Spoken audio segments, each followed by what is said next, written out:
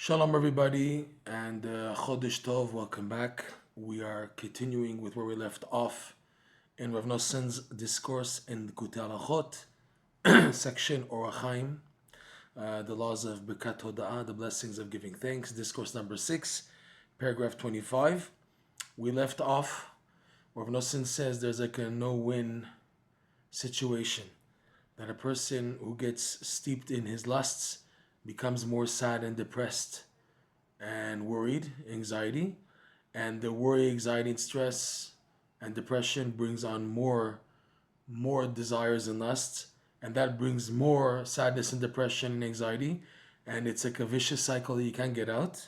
So Vnosin concluded saying, if it wasn't for Hashem helping us and that He sent in every generation true tzaddikim to fight for us and to be involved in helping us, meaning outside help is what's needed and is what is the cause for a person to get out of the impossible struggle and situation that he's facing. So to show this point, Rav Nosson is going to begin to illustrate why the Torah tells us about the fight of Yaakov with the angel of Eisav, because this point is to tell all the future Jewish generations that Yaakov is fighting for you. Yaakov is fighting the Sar of Eisav, the angel of Eisav, and is able to subdue him. Even though afterwards he hits him in the thigh, hits Yaakov in the thigh, but that's temporary. And Rav Nosson is going to go into that idea also eventually. But Rav Nosson wants to illustrate what's so special about Yaakov, that he is the representation of the tzaddikim in every generation. They parallel represent Yaakov in the fact that Yaakov is Yaakov. What does it mean that Yaakov is Jacob? What does he represent? That he is the one who's fighting. He's the tzaddik who's fighting Esav's angel for our behalf, helping us to get out of the trap that we're stuck in. What does he represent? Okay, he's a tzaddik. What makes him the caliber of tzaddik that allows him to fight on our behalf, to subdue Eisav, the angel of Eisav, to help us get out of sadness and depression, and to activate Simcha. So Rav Nosson, in the next section here, he's going to go to a very piece by piece point connector of proofs to show what Yaakov represents and why this point of Yaakov's representation is the key for all of us to survive, why he made it as being the epitome of that tzaddik. But what's the message for us to help us in our own low personal level or whatever level we're holding at to be able to be zoche also to get out? So he starts off like this, Rav Nosson. V'zeh bechinat milchemet Yaakov anizkar le'el. Now we can understand this is the idea of the battle of Yaakov with the angel of Eisav, which is so symbolic. It has such representation. That's why we read it every year in the Chumash. We're reading it every year. It's a major part of the Torah to teach us a major message. What's Yaakov? Watch this. Shemimenu ikar hatchalat kedushat Yisrael. From Yaakov and not Isaac. I'm going to point this out. From specifically Yaakov is the beginning of the holiness of Israel. You would think the beginning of holiness of Israel should start from the firstborn Jew. The firstborn Jew is Yitzchak. So let us have Yitzchak be the example of starting off this point and being the one to fight the battle against the angel. Eisav wasn't yet in existence, but the future angel of Eisav, let's say, why not Yitzchak? Why Yaakov? So there's a big difference. The reason why we call the beginning of holiness from Yaakov is because Yaakov had to fight endless battles. His whole life was fighting battles with evil in order to survive. Yitzchak, on the other hand, had an initial battle with Ishmael. He wanted to kill him when he was Nigamal, when he was 2 years old. Okay, that passed. That was taken care of. Okay, Sarah told Avram, Garesh ta'ama, kick out Ishmael and his Hagar, his mother, kicked them out. That was taken care of. But Yaakov, non-stop battle. Even in the mother's womb, Eisav was trying to fight him and hit him and etc. And then afterwards, Eisav and Lavan, and then all the difficulties Yaakov went with Dinah, and then Shimon, Levi, and Yosef, and all the balagan that he went through throughout his life until he got to Egypt, okay? So what? That's what categorizes the concept of holiness. Holiness is when the opposite of holiness, impurity, is subdued. When does Kedusha come out? When there's a barrier, there's a wall. When there's a wall put up with a fight, which is what Yaakov did, so he earns the title of being called the beginning of the holiness of Israel. Okay? This is so important for what Rav Nosson is going to say next. So Yaakov, from him begins the holiness of Israel, which means our holiness as a nation. We're called Am Yisrael. We're called Beit Yaakov, the house of Jacob, and Bnei Yisrael. We're not called Bnei Yitzchak, Beit Yitzchak. We're called Bnei Yisrael, the children of Israel, which is Yaakov's second name, the higher name of Yaakov. Yaakov Yisrael has two names, okay? So the beginning of our holiness starts from Israel, from Yaakov, who's Yisrael. He Ikar Simchat Yisrael. He or who, depends how you read it. The holiness of Israel, which starts of Yaakov, is also the essence of the joy of Israel. Why is that? How is that? When a person with a battle is able to reveal holiness, okay, this automatically activates joy. Because we're going to see joy, true joy, is associated with something which is eternal. Since all passing joy of this futile world is passing, it can't be considered real joy. No enjoyment you can take in this world, a trip to Bahamas, Maui, a vacation, European vacation, a trip to summer experience in Israel even, I don't know. If it's all worldly connected, there's no true joy. True joy is associated with something which is eternal. What is eternal in our case? Our connection to God. That's something which is eternal. That's something which is worth being happy about.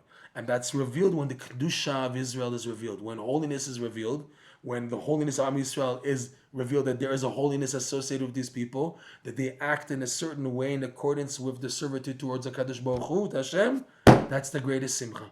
Okay? So he's saying here, the Kedusha of Israel, that's the essence of the Simcha of Israel. Both were in Yaakov, so Yaakov is also the beginning of the joy. And Rav Nosson brings a pasuk, Bechinad, like it says in Psalms, Tehillim, chapter 14, verse 7. Yagel Yaakov, Yismach Yisrael, Miten Mitzion Yishuat Yisrael B'shuv Hashem et Shuvat Amo. Right? Let's just read the whole verse. Yagel Yaakov Yismach Yisrael. Let me where to put the verse here, right over here. Okay? It says here. Miten Mitzion Yishuat Yisrael B'shuv Hashem Shuvat Amo. Yagel Yaakov Yismach Yisrael. The verse is talking about in the future that Mi yiten mitzion, who will give, in other words, Hashem, mi yiten, if only he will bring from Zion the salvation of Israel. When will that be? B'shuv Hashem shvut amo, when Hashem will return the shvut, those who are left from his nation, to bring them back to the Holy Land. At that point, Yagel Yaakov Yismach Yisrael, Yaakov will delight with a new joy, and Yisrael will be happy with this joy that was always there. Yisrael, the Malbim explains, Simcha, the Malbim explains, is a continuous joy that's always there, just has to be uncovered. And Gila is a spontaneous new type of joy. So Yaakov, which we refer to the lower Jews, at the lower level, at the Ekev, the heel, they will have a Gila with this restoration of the Jews back to the Holy Land. And Yisrael, which refers to the higher Jews, who anyways were maintaining Simcha, they will continue to be happy, Yismach Yisrael. But Rav Nosson's point, like the Midrash points out, that this is referring to Yaakov himself and Yisrael himself. That Yagel Yaakov Yismach Yisrael, when the Jews will come back, and Hashem will finally fulfill the promise that he promised to Yaakov Avinu, so then finally Yaakov will have Gila, this delight and joy, rejoicing, and Yisrael, the higher level, the higher name of Yaakov, will have Simcha and joy also. Okay? So Rav Nosson's proving that Yaakov in Yisrael, both names, they're associated with joy. Okay? Because, and he's explaining Rav Nosson, because Yaakov is the beginning point of the holiness of Am Yisrael. That's why he's entitled to that joy. Okay? All this is to explain who Yaakov represents. So this is stage one. Stage one is because it's the beginning of the holiness of Am Yisrael, so he is also the Simcha of Am Yisrael. And now he explains now. Ki Yaakov, why is this so? Why is Yaakov so associated with this holiness and Simcha? Even the holiness is the result. The Kedusha of Israel is the end product. What leads to that? So starting point, Rav Nosson says, Ki Yaakov bechinat emet. Rav Nosson throws in a new idea. Yaakov corresponds to the concept of truth. Proof, the final verse in the book of Micha. Micha is one of the book of the 12 prophets. 12 prophets. Sorry, it's the Treasar, the 12 prophets, is broken down to 12 more smaller books. There's the book of Micha. Micha is describing punishment and suffering that's going to befall the Jews in exile, but he doesn't finish off his book on a sad note. He finishes off of a high note that Bezat Hashem will, again, the same idea as Yagel Yaakov Yismach Yisrael from Psalms chapter 14, Micha chapter 7 verse 20, the last verse of book of Micha, says, Titen emet le'Yaakov chesed l'Avraham asher nishbata l'avotenu mikedem. In the end, Hashem will be truthful to his promise to Yaakov. And the verse says, Titen emet le'Yaakov, give truth to Yaakov, kindness to Avraham, asher nishbata l'avotenu, in which you swore by oath to our forefathers, mimekedem, from ready time, from the time eternally, from beforehand. So the point of the verse though says Titen emet Yaakov, because Yaakov is the one who insisted Hashem keep his word, which is the idea of truth. Let there be truth in fulfilling what you say. So there's Titen emet Yaakov, give your word of truth to Yaakov, meaning that Yaakov is demanding truth. Why? Because he represents truth. So Yaakov, Rabbi Nosson writes, he's the concept of Yaakov, of truth. Like the verse reads, give truth to Yaakov. So the pshat is, fulfill your word to Yaakov, but it can also be read, give the attribute of truth to Yaakov himself. Titen emet Yaakov. Rav Nosson's reading them both ways, because they're both one. Give the attribute of truth to Yaakov, that means he represents truth, etc. Now what's truth? Rav Nosson now will do something interesting. He's going to borrow concepts from another lesson in Likutey Moharan. One lesson before this lesson 24 of Likutey Moharan, that this discourse is based on, this Likutey Halakhot is based on. So the lesson before, lesson 23, the name of that lesson is called Tzivita Tzedek. Each main lesson in Likutey Moharan has a title also, not just a number. The title is a verse, Tzivita Tzedek, okay, on lesson 23. And the opening paragraph there, Rav Nosson is now going to borrow ideas. Now, generally, Rav Nosson doesn't do this. Why? Because there's this concept that every lesson in Likutey Moharan is so complete. It's so complete, compact, and solid. Everything you need to understand the lesson is in the lesson itself. Nonetheless, there are times where Rav Nosson will want to, and yes, he takes and borrows ideas from another lesson in Likutey Moharan in order to strengthen a specific idea in your head.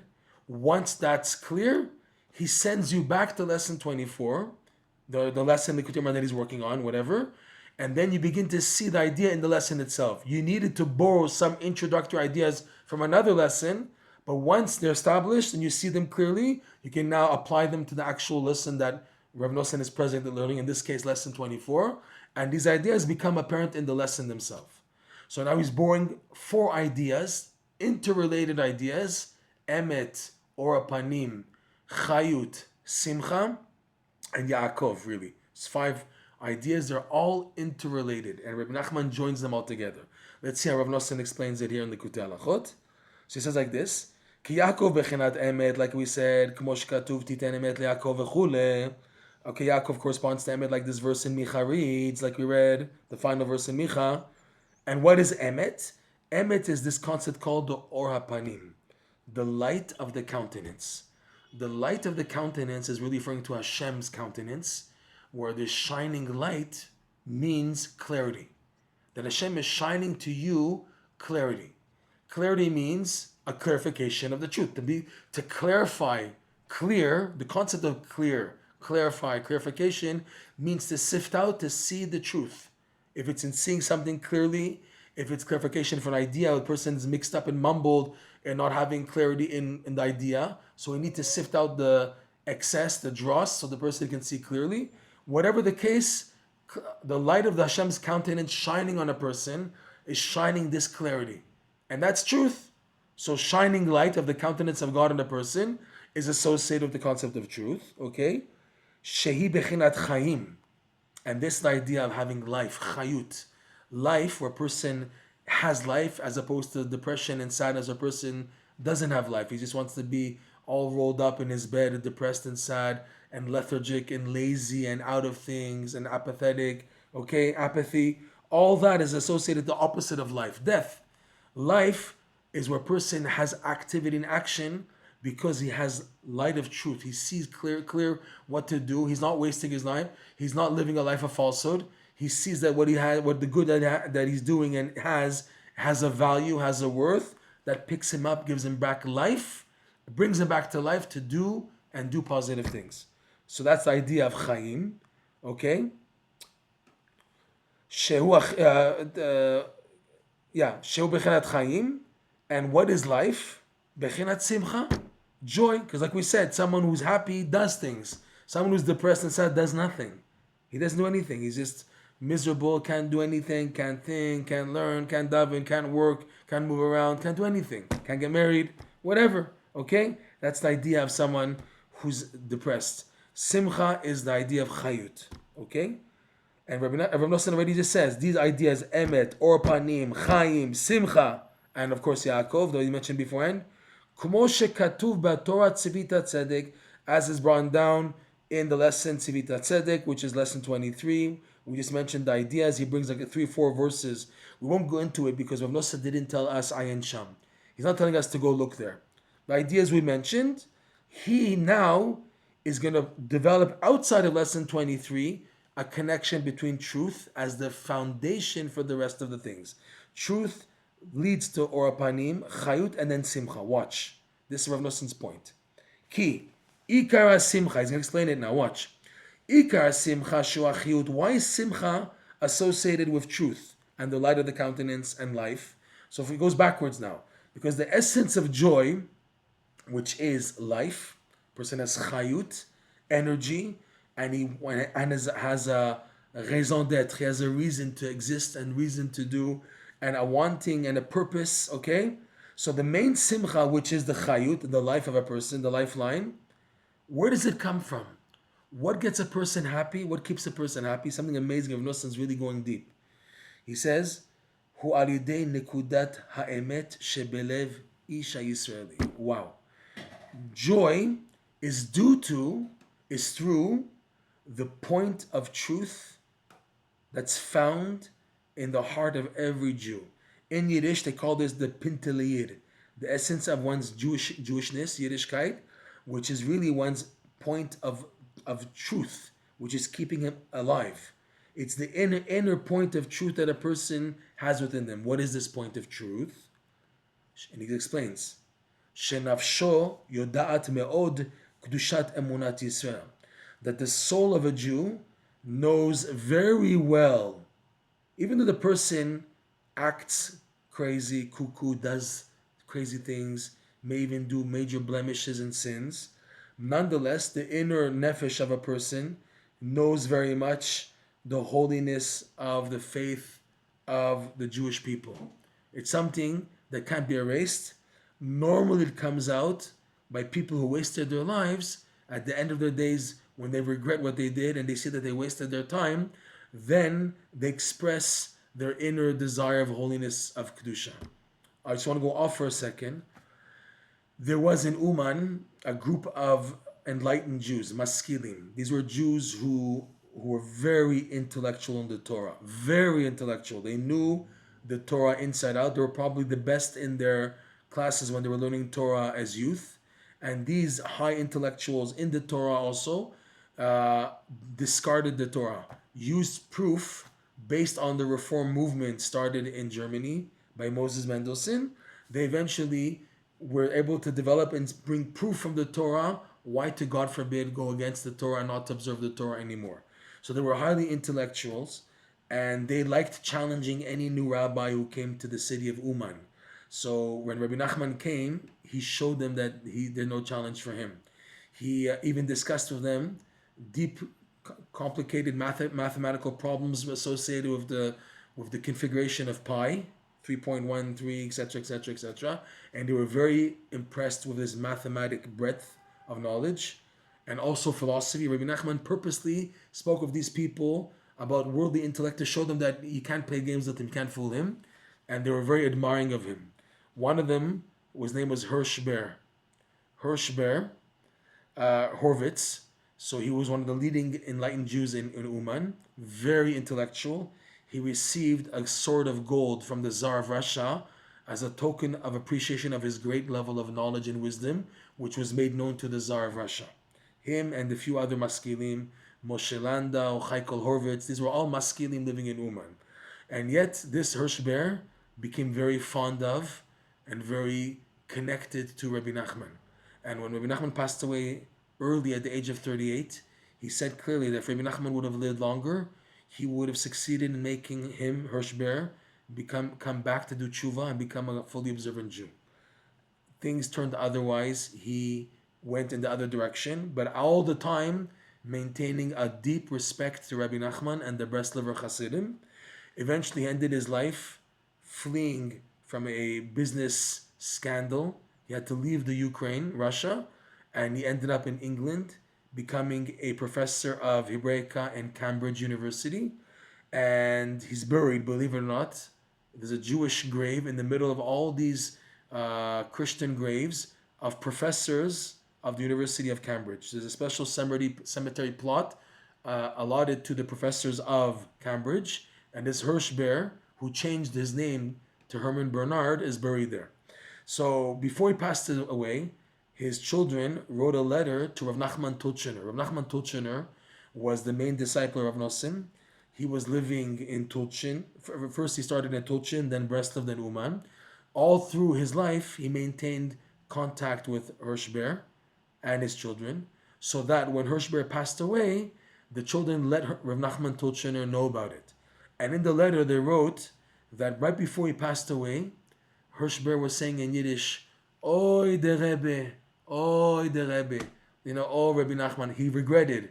He said he was right. Like he regretted what he did in his life, and he had Rabbi Nachman on his lips, as if to say, "Oh, the Rebbe, after everything I did against Judaism, against Torah," because he became a major atheist, if you want to say. He wrote books of major heresy in Cambridge College, University, on Eov, etc.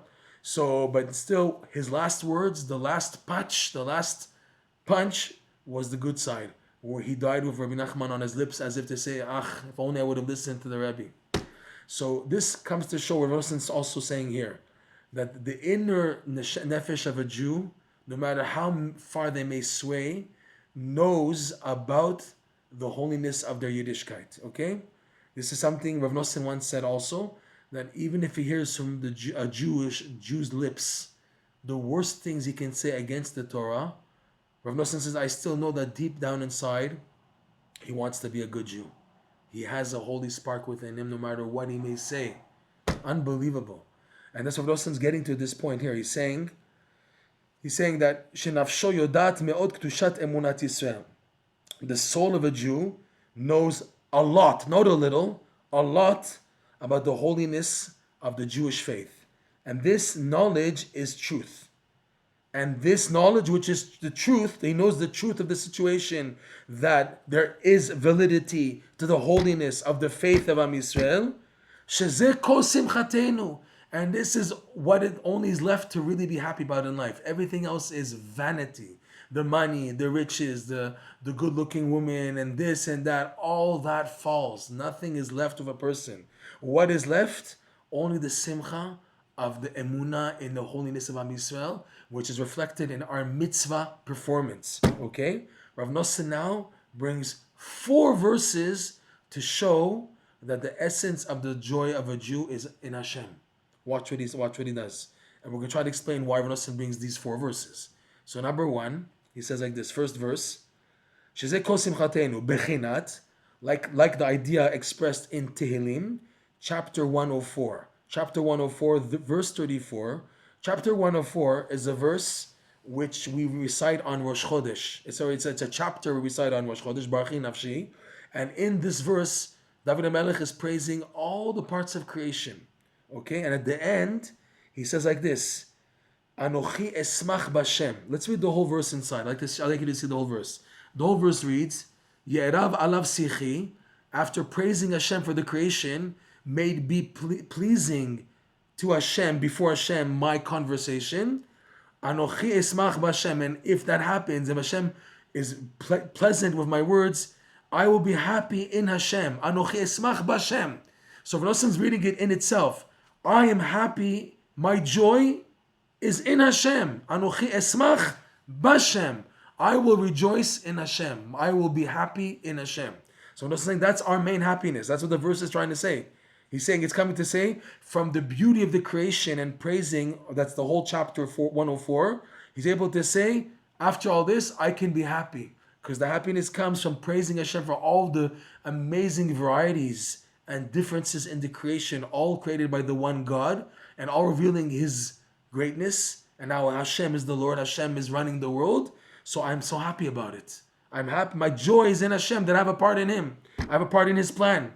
I'm a part of it. Bechinat, second verse. This is the chapter called Ranenu Tzadikim, chapter 33. We read it every Shabbat morning. This chapter mainly talks about the miracles that Hashem bestows upon the tzaddikim, saving them from their enemies, and the amazing miracles tzaddikim have. So the verse reads there towards the end. This is chapter 21. Chapter 21 is over here. One second. Chapter 21. Sorry. Chapter 33, verse 21. Here we go. So the verse reads, after towards the end of this chapter, after praising Hashem for all the miracles He does for the tzaddikim and saving them always from their enemies and miracles, Kivo yismach libeinu. In Hashem will our hearts rejoice. So now the first one is Anochi, Esmach b'Hashem. My essence, will be happy in Hashem, because that's chapter 104, where it talks about the whole creation. So me being a created existence in the creation, Anochi esmach b'Hashem. My creation, my creature, my being a created being in Hashem's creation. In that fact, I'm already happy. Esmach b'Hashem already. Here, Kivo yismach libeinu. In Hashem will my heart rejoice. He teaches Rabbi Nachman in lesson 24, the heart is the root of joy, the root of Simcha. And he's saying, because I see how the tzaddikim should run into tzaddikim Hashem, that the tzaddikim should sing before Hashem because of the endless miracles, so I have what to be happy about, and the place of happiness where it resides in me physically is in the heart. Kivo yismach libeinu. And in Hashem, our hearts will rejoice as opposed to being depressed. And why? The verse continues, Ki b'shem kodsho vatachnu. Because us as tzaddikim, we relied on Hashem's holy name. That was our secret why we survived. And because it worked and it was a payoff, so kivo yismach libeinu. Therefore we have rejoicing in our heart. That's verse number 2 Rav Nosson brings. Okay? To show that everything is Hashem to be happy about. Okay? Kivo yismach libeinu. Uchmo shekatu. And like it says the third verse, this is now chapter 43, verse 4. Va'avo'a v'chule el simchat gili. This chapter 43 talks about the Jews coming back to Eretz Yisrael, to the Holy Land, and serving in the Beit HaMikdash. Okay? And he says, when this is completed and the Jews come back, and finally we complete the circle of finishing the fourth exile. Okay? So the verse reads again, Va'avo'a, King David says, and I will come El Mizbach Elohim, to the altar of the Lord. El Kel Simchat Gili, to the Lord who is the joy of my rejoicing. That's a funny word. Joy, Simchat Gili. Okay? There's many meanings to the word Gili. One of them is Gila, rejoicing. So the joy of my rejoicing, I will come to him. It will be complete. Such a high level of Simcha. Ve'odecha, and I will give thanks to Hashem bechinor of the violin, Elohim Elohai, to the Lord who is always my Lord, Elohai, who is my Lord. So here, it's now, that the end, when we'll be back to the Holy Temple, and we'll have a Beit HaMikdash, that's also my Simcha. I will have true Simcha in Hashem. Right? He said, El Simchat Gili, to the Lord who is the joy of my rejoicing. It'll be complete then. But what's the point of the proof that Rav Nosson is pointing out? That Hashem, His kindness, is the joy, is the source of my joy and rejoicing. Is the joy of my rejoicing is Hashem. Okay, and now it's associated with the temple. That's verse number 3 Rav Nosson brings. Now finally, Bechinat, also chapter 149, verse 2. We say this every morning. Yismach Yisrael be'osav. This is also a verse which talks about the wars of the future of Gog and Magog and how the Jews will survive and win over, and that will bring the final redemption. So the verse reads, Yismach Yisrael be'osav. The Jews will rejoice in their Creator, the one who created them. And Rav Nosson's point again, that our joy is in Hashem, the one who made us. Okay? So Rav Nosson, 4 verses, each one illustrating from a different perspective. Okay? First one, Anochi. The other one, the heart.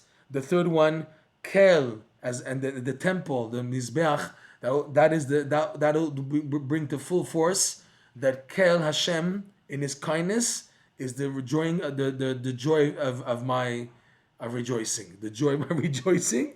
And this final verse of Yismach Yisrael be'osav, when we see that Hashem will keep us alive and let us survive Gog and Magog and make it to the final redemption, then we also, the Am Yisrael will be rejoicing in that, the one who formed them, in Hashem who made us and let us exist and make it this far. So Rav Nosson, 4 verses to show the essence of the joy of a Jew is Hashem, and not worldly matters, not worldly things, money, this, family, etc. It's in Hashem. Okay? V'chol Adam. So Rav Nosson's message after all this said, and before he goes into Yaakov, V'chol Adam kfi mashu, and each person, no matter where he's holding, no matter where he is. So there's no excuse to say, this is only for big tzaddikim and Jews who are born in Mea Shearim. No. Every Jew, every person, really, he didn't say even Jew, every person, according to who he is, no matter what he is, no matter where he's holding, im yizkor et atzmo, if he reminds himself, we're talking about Jewish people now, we can see, she'afal pi chen hu mizera Yisrael, that nonetheless, even after everything he's gone through in life, everything he's done, but he is still from the offspring of Israel, he's mizera Yisrael, v'ivdilanu min hatoim, bechama bechinot, and Hashem has separated us from those who make so many mistakes, such stupidity, and especially today with all the media, you can see how stupid people are today, how people are just so lost. Thanks to the media, we see how much people in the world are really lost. They're really in limbo. And Hashem has saved us from people who are lost in all types of sheker, all types of falsehood. So that nonetheless, even though I am as I am, if I have the merit to remind myself that nonetheless, after everything I've gone through and I've done and everything, I am still a Jew. I am still a Jew. I'm still descended from Israel, and Hashem has separated us from those who make mistakes in so many aspects, so many facets, etc. This alone is enough. A Jew can use this point to bring joy to himself, no matter where he is, where he's holding in his life, through this, to that I have my inner essence inside of me is connected to Hashem, and my joy is in Hashem, and I'm a Jew who's committed to Hashem. That's what I'm happy about. Forget about what I've done and what I am. Me to reconnect and to be happy and to start again starts with this, to remind me that nonetheless I have a pintaleyed, like they say in Yiddish. I have a point of Yiddishkeit, of Judaism within me, and it can't be erased. And that's what I'm happy about. A guy, he's dying on a deathbed. He's whatever, he's connected to all the things. How could he be happy? Just reminding himself, I'm still a Jew, and I have what to be happy about in my Yiddishkeit. That itself is my joy, that I'm connected to Hashem. He created me as a Yid. That should suffice enough to make me happy. Rav Nosson's unbelievable how deep he's going. Okay? Therefore,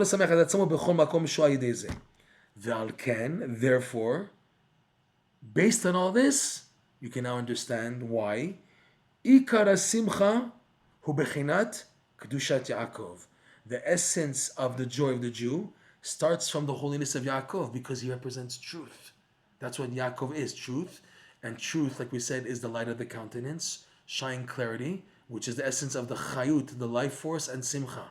And like Rav Nosson explained, how is that? Because the truth is that deep down inside, you're part of you are a Jewish person that Hashem created to you, and you have faith, the faith of Israel inside of you, in your DNA makeup. In your genetic makeup as a Jew, you have this connection to God no matter what. And that is enough to make you happy. You have Emunat Yisrael, even a modicum of belief in Hashem is already enough of a connection to make you happy. So that, again, Al Ken Ikar Simcha Ubechanat Kedushat Yaakov. Therefore, the essence of the joy of Am Yisrael is the holiness of Yaakov. Shehi Bechinat Emet, which is the idea of truth. Shenishrash Banu Bechol Echad Misrael. The point of truth that's rooted in every Jew, that no matter what, my nefesh knows very much. What was the word again that Rav Nosson used above? He said, Nafshi yodat meod. I want to see that again inside. Shenafshi yodat meod kedushat emunat Yisrael. The holiness of believing in Israel, that's enough to connect you already. That's enough to connect you and what to be happy about. Just knowing about the holiness of emunat Yisrael, of being a Jew. Just recognizing the value of being a Jew and the holiness in that. And the nefesh knows deep down inside what that means. That's a light of truth, and that's enough to bring simcha. That's Yaakov. This is why Yaakov represents truth. He's so important in the role of bringing forth simcha to all Am Yisrael, and why he was designated to fight the battle for us against the angel of Eisav, because it's a message for all generations that it's the point of truth, which is represented in Yaakov, that's going to help us to overcome the sadness and depression that Eisav and the angel of Eisav wants to bring upon us. To be continued with Hashem in the next class. I hope you enjoyed these classes.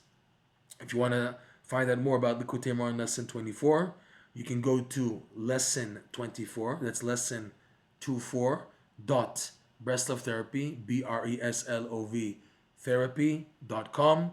And again, to support our work, which is a lot of work in spreading and preparing and sharing and everything, disseminating these classes, you can do so by following donate.breslovtherapy.com. Thank you, and till we meet again, B'ezrat Hashem.